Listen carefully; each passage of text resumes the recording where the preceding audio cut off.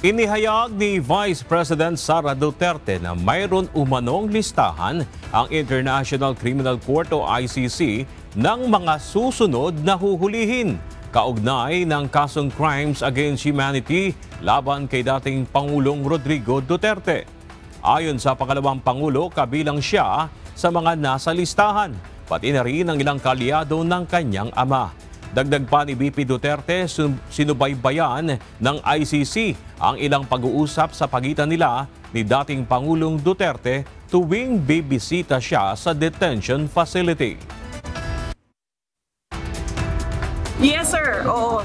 Na ako sa listahan, daghan kaayo mi nga naa sa listahan sa ICC.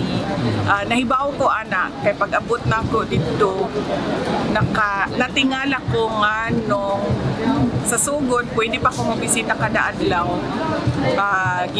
Giundang nila pagkahuman ilahan ang gina-record ang mga ginaistoryahan namo ni Pangulong Duterte. So nasabtan ako nga nagapaminaw sila sa amo ang ginaistoryahan.